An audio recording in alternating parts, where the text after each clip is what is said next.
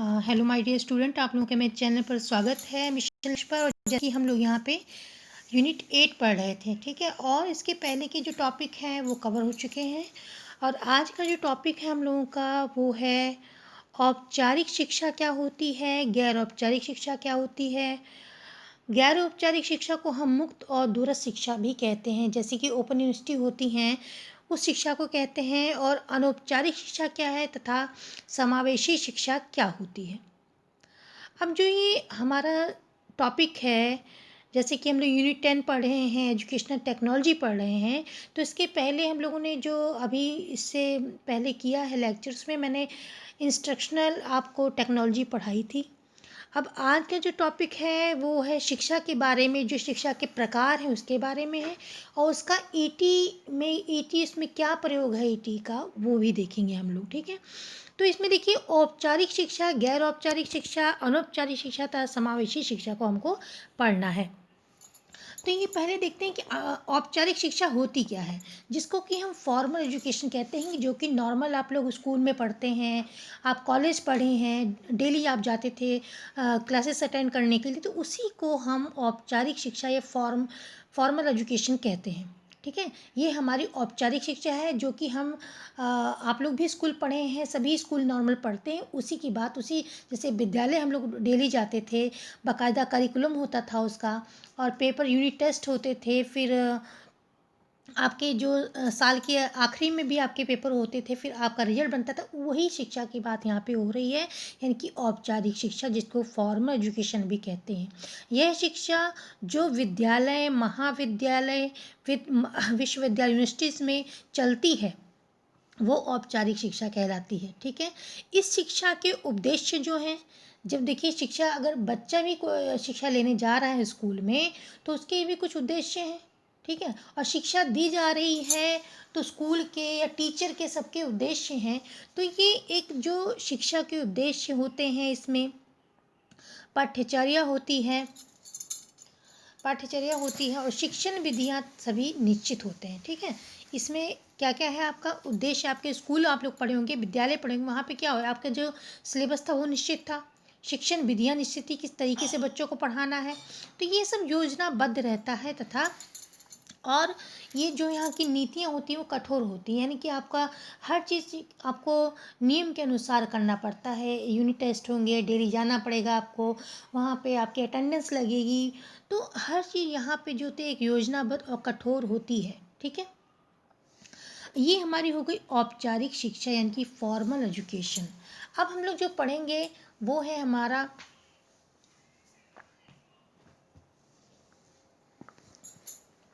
अब जो शिक्षा है वो है अनौपचारिक शिक्षा। अब ये अनौपचारिक शिक्षा क्या होती है, इसको हम इनफॉर्मल एजुकेशन कहते हैं, ठीक है। बच्चे का जब जन्म होता है, एक छोटे बच्चे का जब जन्म, छोटा रहता है बच्चा, तो जन्म के बाद जो भी चीज़ें वो अपने परिवार में, समुदाय में, अपने आसपास के माहौल में, वातावरण में जो भी चीज़ें सीखता है, और अपने जीवन में बहुत सी परिस्थितियों से वो सीखता ही रहता है, ठीक है। चाहे ये जो हम लोग स्कूल गए हैं, महाविद्यालय गए हैं, विश्वविद्यालय गए हैं, ये सब एक समय पे बंद हो जाएगा, लेकिन जो जीवन में आदमी शिक्षा लेता रहता है, परिस्थितियों से शिक्षा लेता है, अनुभव लेता रहता है, ये शिक्षा जो है, ये अनौपचारिक शिक्षा जीवन भर चलती रहती है, जब तक हम जीवित हैं ये शिक्षा चलती रहती है, ठीक है। और जैसे भाषा हो गई, ये समुदाय में सीखता है, रहन सहन हो गया, खान पान, रीति रिवाज, वैल्यूज़ जो सीखता है, ये सब कहाँ सीखता है, ये आदमी अपने समाज में, परिवार में, और जीवन की परिस्थितियों से, सब जगह से ही सीखता है, ठीक है। इसमें कोई नियम की बात ही नहीं, इसमें कानून की कोई बात ही नहीं है, ना योजना है इसमें। तो जो अपने जीवन के साथ वो सीखता रहता है, समय समय पर अपनी वैल्यू सीखता है, या कोई स्किल सीखता है, या फिर जीवन की परिस्थितियों से सीखता है, ये सब आपकी अनौपचारिक शिक्षा होती है, और इसको हम इनफॉर्मल एजुकेशन कहते हैं, ठीक है। अब इसको इसका एक नाम और है, इसको औपचारिकेतर शिक्षा भी कहते हैं। क्या कहते हैं? औपचारिकेतर शिक्षा भी कहते हैं। और ये शिक्षा पूरे जीवन चलती रहती है। जब तक मनुष्य का जीवन है वो सीखता रहता है, उसकी स्कूली पढ़ाई बंद हो जाती है, लेकिन जो एक शिक्षा है ये औपचारिकेतर शिक्षा जो है ये जीवन भर चलती उसकी रहती है। ठीक है, चलिए अब जो हम लोग पढ़ेंगे वो है निरौपचारिक शिक्षा कहते हैं। निरौपचारिक शिक्षा क्या होती है? निरौपचारिक शिक्षा जो है इसको गैर औपचारिक शिक्षा भी कहते हैं, यानी कि नॉन फॉर्मल एजुकेशन कहते हैं, और इसको मुक्त एवं दूरस्थ शिक्षा भी कहते हैं। ठीक है, दूरस्थ शिक्षा क्या है? जैसे आपका इग्नू है, राष्ट्रीय टंडन यूनिवर्सिटी है, यहाँ पे हमको डेली नहीं जाना है। ठीक है, हमको डेली नहीं जाना है, हम अपना एडमिशन करा लेते हैं, सारी बुक्स जो है हमारे घर पे आ जाती हैं डाक के द्वारा, हम उनको पढ़ते हैं, केवल पेपर देने हमको जाना होता है। और कुछ क्लासेस कहीं पे भी किसी भी केंद्र पे कुछ क्लासेस हो जाती हैं, उनको अटेंड करना पड़ता है अगर आपकी इच्छा है तो, और आपको पेपर देना जिससे आपको डिग्री मिल जाती है। तो ये जो शिक्षा होती है ये ऐसे स्टूडेंट के लिए है जो जिनके आसपास विद्यालय नहीं है, महाविद्यालय नहीं है, या यूनिवर्सिटी की सुविधा नहीं है और उच्च शिक्षा लेना चाहते हैं, या फिर वो बच्चों का ये हो गया कि वो अगर वो कोई है वो जॉब कर रहे हैं, उनके पास समय नहीं है कि डेली वो जाके अपनी शिक्षा को डेली प्राप्त करें। तो इन बच्चों के लिए, ऐसे स्टूडेंट के लिए दूरस्थ शिक्षा जो है एक वरदान है। तो ये शिक्षा ना तो औपचारिक शिक्षा की भांति विद्यालय, जैसे औपचारिक शिक्षा मैंने आपको बताया कि नियम होते हैं, कानून होते हैं, योजना होती है, पाठ्यचर्या होती है। तो ये शिक्षा जो है निरौपचारिक यानी गैर औपचारिक शिक्षा जो है यह ना तो औपचारिक शिक्षा की भांति विद्यालय, महाविद्यालय, विश्वविद्यालयों की सीमा में बांधी जाती है। ये किसी चीज़ में बंधी नहीं होती है, और ना तो बांधी जाती है और ना ही इसमें ज़्यादा छूट दी जाती है। देखिए, यह शिक्षा ना तो औपचारिक शिक्षा की भांति विद्यालय, महाविद्यालय, विश्वविद्यालयों की सीमा में बांधी जाती है, ऐसा भी कड़ा कानून नहीं है, इसमें लचीलापन अपनाया जाता है। और ना ही अनौपचारिक शिक्षा की तरह जो कि हम घर में सीखते हैं, अपने परिवार में सीखते हैं, समाज में सीखते हैं, उस शिक्षा की भांति अचानक हमको नहीं प्राप्त हो जाती, किसी भी परिस्थिति से हमको प्राप्त हो गई, या वैल्यूज से प्राप्त हो गई, घर से प्राप्त हो गई, ये ऐसे नहीं प्राप्त होती है। ठीक है, इसमें दोनों ये चीज़ें नहीं हैं, तो इसे ही मुक्त शिक्षा कहते हैं। मतलब इसमें औपचारिक शिक्षा के भी गुण नहीं होते हैं और निरौपचारिक शिक्षा के भी गुण नहीं, तो इसमें जो बीच का रास्ता अपनाया जाता है इसमें लचीलापन भी होता है, और ये है कि इसकी विधियाँ भी निश्चित हैं, इसका करिकुलम भी निश्चित है, ये सब निश्चित है।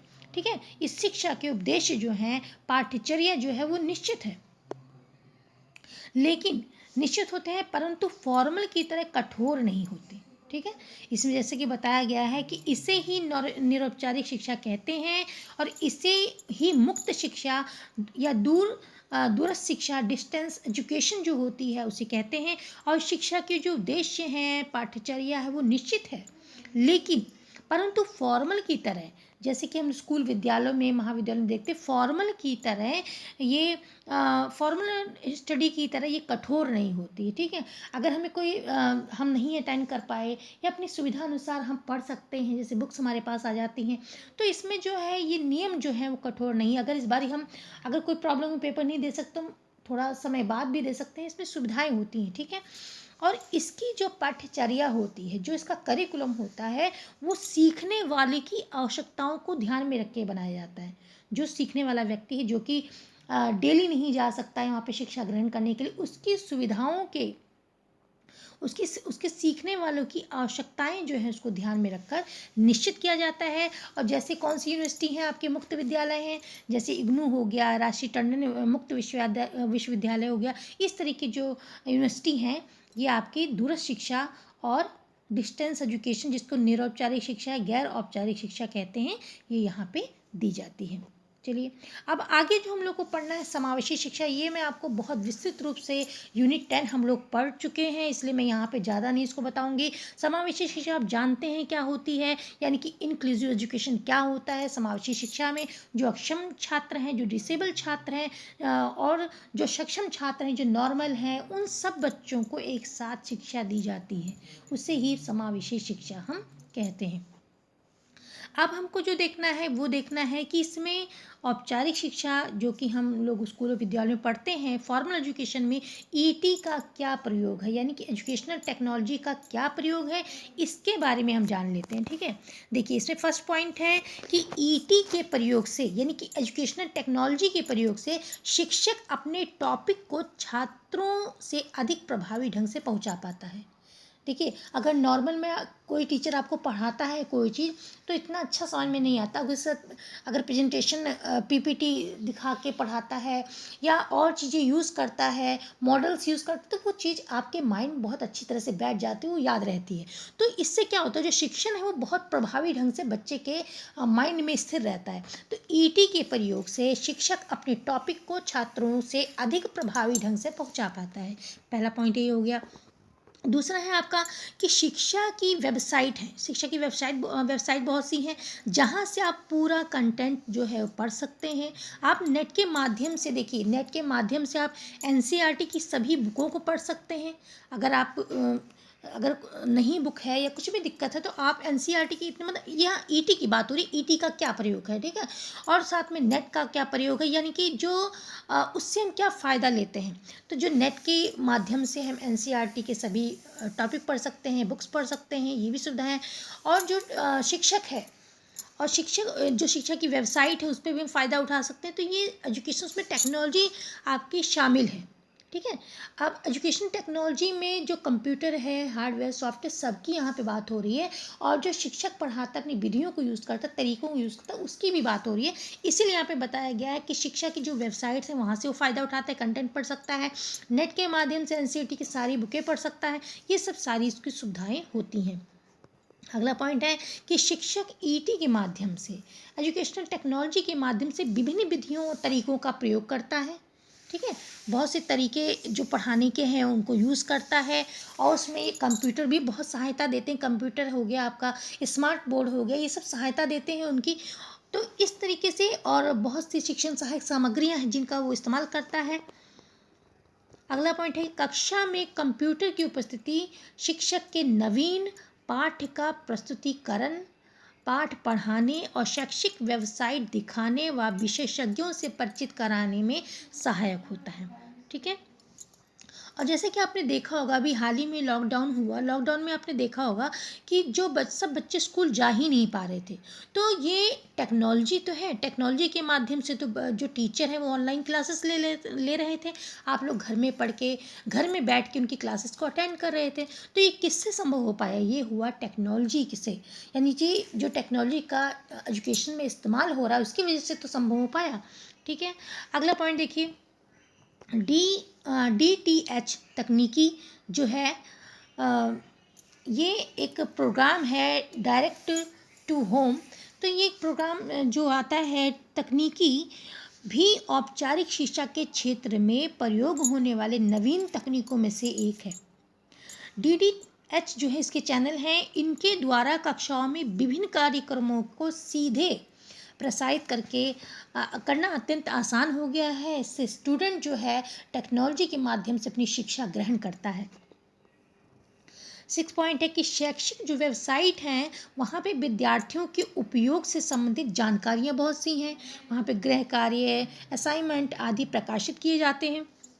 और इन वेबसाइटों पे जो शिक्षक है अपनी विषय वस्तु से संबंधित जो भी कंटेंट है, सामग्री को भी वो डाल सकते हैं। ठीक है, चलिए अगला पॉइंट है कि ऑडियो वीडियो से, देखिए जो भी टीचर पढ़ा रहा है अपने अनुदेशन में, वो औपचारिक शिक्षा में ऑडियो वीडियो का इस्तेमाल करता है, पीपीटी का या प्रोजेक्टर का इस्तेमाल करता है, सीबीआई यानी कि कंप्यूटर बेस्ड ट्रेनिंग ये भी यूज़ करता है, और CAI कंप्यूटर असिस्टेंट जो है, इस CAI इसका भी प्रयोग करता है।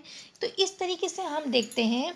और ई लर्निंग हो गई, ई कंटेंट हो गया, वेबसाइट ट्रेनिंग हो गई, था ई इंस्ट्रक्शन का भी प्रयोग करता है, यानी कि audio video, PPT, projector, CBT ये कंप्यूटर से रिलेटेड आपका है।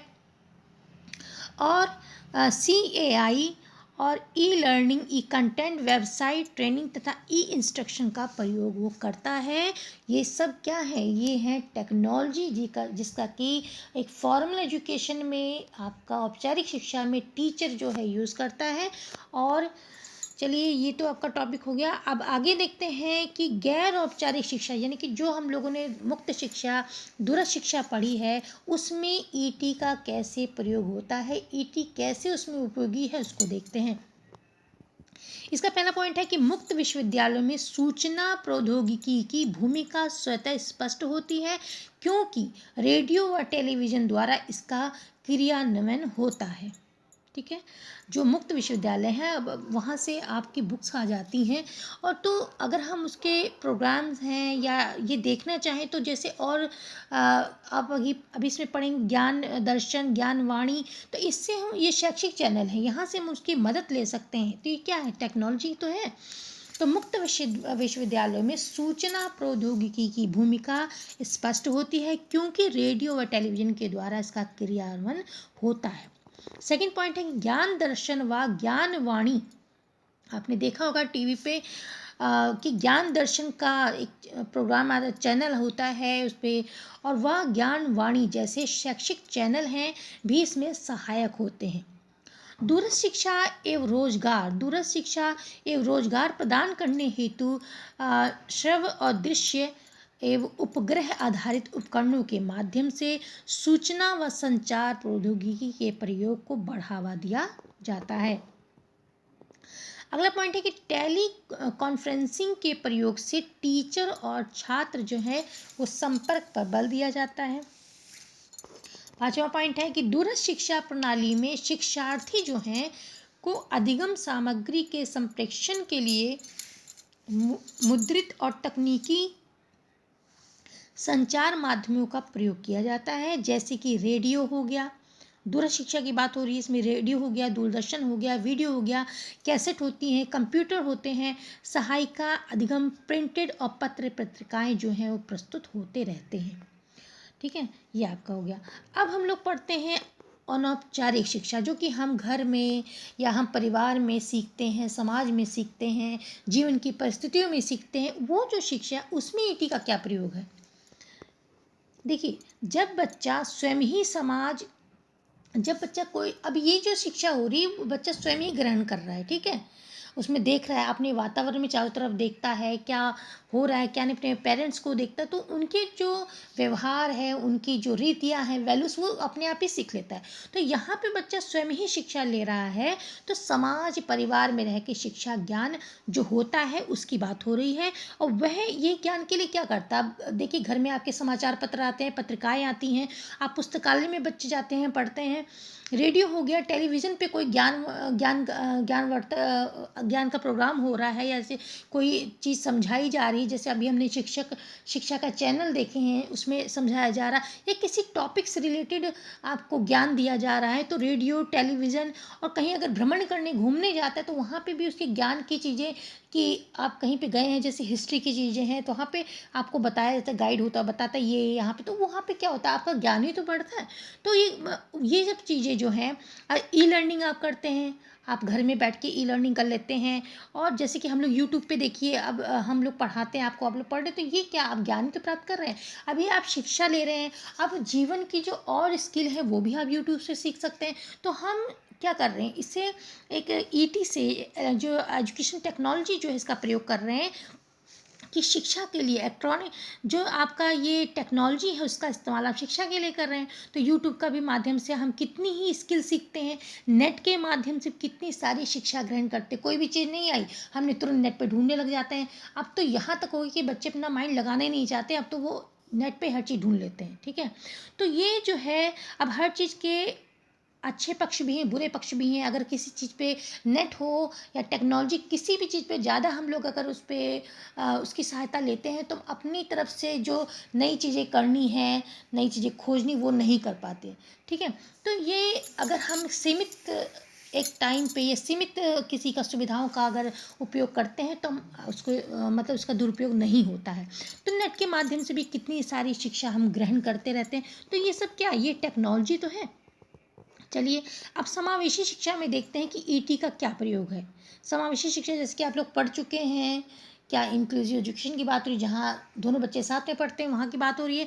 तो इसका पॉइंट देखते हैं। इसका पहला पॉइंट है कि जैसे छात्रों को पढ़ने के लिए टॉकिंग बुक्स होती हैं। अब यहाँ पे छात्र जो हैं वो उनको देखने में, कुछ बच्चों को देखने में दिक्कत है, प्रॉब्लम्स हैं, कुछ बच्चों को सुनने में प्रॉब्लम होती है, कुछ बच्चे जो चल नहीं पाते हैं या उनको फिजिकल रूप से कोई दिक्कत है। तो ऐसे बच्चों के लिए जो ईटी है, एजुकेशनल टेक्नोलॉजी, जो टेक्नोलॉजी हम यूज़ करते हैं वो मतलब एजुकेशन में टेक्नोलॉजी किस प्रकार से सहायता करती उसकी बात यहाँ हो रही है। तो जैसे छात्रों को पढ़ने के लिए कि टॉकिंग बुक होती है, ठीक है, स्विच एक्टिवेटर्स होते हैं, रीडर असिस्टेंट सॉफ्टवेयर हैं, स्पीच रिकॉग्निशन सॉफ्टवेयर है, टच पैड वाले स्क्रीन होते हैं, pop up of animation lockers होते हैं। ठीक है, ये सब क्या करते हैं, ये सब जो तकनीक है, ये सब जो टेक्नोलॉजी है, ये बच्चों की वहाँ पे जो अक्षम बच्चे हैं उनकी भी हेल्प करती है और साथ में जो सक्षम बच्चे हैं उनकी भी मदद करती है। अब कंप्यूटर है या सॉफ्टवेयर, बहुत से सॉफ्टवेयर हैं जो नॉर्मल बच्चों की मदद करते हैं, कुछ जो बच्चे अक्षम हैं उनके लिए अलग से चीज़ें बनी, अलग सॉफ्टवेयर है वो उनकी मदद करते हैं। तो इसमें देखिए जैसे पॉपअप ऑफ एनिमेशन लॉकर्स, ये सब क्या हैं, ये सब अक्षम बच्चों की मदद करते हैं। स्क्रीन आवर्धक जो है मुख्य रूप से आंशिक दृष्टि, जिनको कम दृष्टि है, जो ज़्यादा दूर तक नहीं देख सकते या विजुअल लो विज़न है उनका, तो लोगों को उपयोग किए जाने वाले सॉफ्टवेयर जो सामग्री को विस्तार से दिखाते हैं। ठीक है, अब उनको चीज़ें नहीं नज़र आ रही हैं तो चीज़ों को, सामग्री को विस्तार से देखने के लिए आसान बनाते हैं। और कुछ स्क्रीन आवर्धक पाठ के भाषण और अन्य कार्य क्षमता भी प्रदान करते हैं। और अगला पॉइंट है कि वैकल्पिक कीबोर्ड होते हैं, माउस और आई ट्रैकिंग, यानी कि जो उनका जो माउस होता है वो उनकी आँखों की जो ट्रैकिंग होती है उसके हिसाब से वो काम करता है। ठीक है, तो आई ट्रैकिंग और इसको आई गेजिंग भी कहते हैं। और अध्यापक समावेशी शिक्षा में आपने देखा है कि अध्यापक समावेशी शिक्षा में विभिन्न शिक्षण विधियों का भी प्रयोग करता है। अब जो अक्षम छात्र हैं उनके लिए नॉर्मल बच्चों वाली विधियाँ नहीं काम करेंगी, वहाँ पे वो एक तो स्पेशल टीचर होंगे, अब वो उनकी अलग विधियाँ होंगी, कुछ अलग तरीके से उन अक्षम बच्चों को सिखाया जाएगा, क्योंकि नॉर्मल बच्चों की तरह हर चीज़ को तुरंत कैच नहीं कर लेंगे। ठीक है, तो उनके लिए अलग से विधियाँ बनाई है। तो जो विधियाँ हम बनाते हैं, जो तरीके हम अपनाते हैं, ये सब क्या है, ये टेक्नोलॉजी है। जो कि परंपरागत, अगर पहले के विद्यालयों की बात की जाए तो वहाँ तो सबकी एक ही परिपाटी से सबको पढ़ाया जाता था, लेकिन अब इतना सब कुछ डेवलप हो गया है, बच्चों के मनोविज्ञान के हिसाब से हर कार्य होता है कि किस तरीके से बच्चों को समझ में आएगा। तो यहाँ पे अक्षम बच्चों की भी बात हो रही है, नॉर्मल बच्चों की भी बात हो रही है। तो वहाँ पे अध्यापक जो शिक्षाएं देगा बच्चों को, विभिन्न शिक्षण विधियों का जो प्रयोग करेगा वे सभी छात्रों को ध्यान में रख के करेगा कि नॉर्मल बच्चे के लिए कौन सी विधियाँ इस्तेमाल करें या अक्षम बच्चे के लिए कौन सी विधियाँ इस्तेमाल करें। तो इस तरीके से जो टेक्नोलॉजी है वो एजुकेशन में कितना बड़ा रोल निभाती है। ठीक है, अब ये टॉपिक बच्चों यहाँ पे ख़त्म हो गया है। अगर आपको कोई डाउट है तो आप कमेंट के द्वारा बता सकते हैं और इसको वीडियो को लाइक करिए, शेयर करिए। So thanks for watching.